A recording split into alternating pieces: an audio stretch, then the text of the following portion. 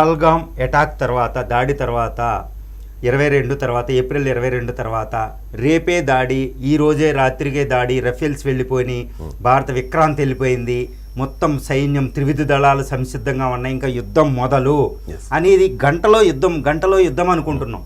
ఈ రోజుకి చాలా రోజులు అయిపోయింది, యుద్ధం జరగడంలే. కానీ భారతదేశం సంసిద్ధంగా ఉంది. పాకిస్తాన్ గజగజ ఆడిపోతుంది, కానీ పాకిస్తాన్ గజగజ ఆడడంలే, అది కూడా ప్రిపేర్ అయ్యే ఉంది. ఏమో శత్రువుని అంత ఈజీగా నమ్మకూడదు. ఇలాంటి పరిస్థితుల్లో అసలు యుద్ధం జరుగుతుందా లేదా, అసలు భారతదేశ యుద్ధ నీతి, యుద్ధ తంత్రం ఏంటో మనం ఆలోచించాలి.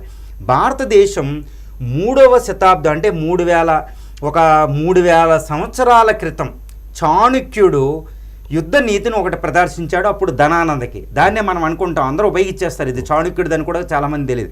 సామదాన భేద దండోపాయాలు, సామదాన భేద దండోపాయాలు భారతదేశ యుద్ధ నీతి ఇది. అంటే స్టెప్ బై స్టెప్ సామదాన భేద దండోపాయాలు. దీన్ని ప్రస్తుత భారతదేశం మోడీ ప్రభుత్వం పూర్తి స్థాయిలో సంపూర్ణంగా ఉపయోగిస్తుంది.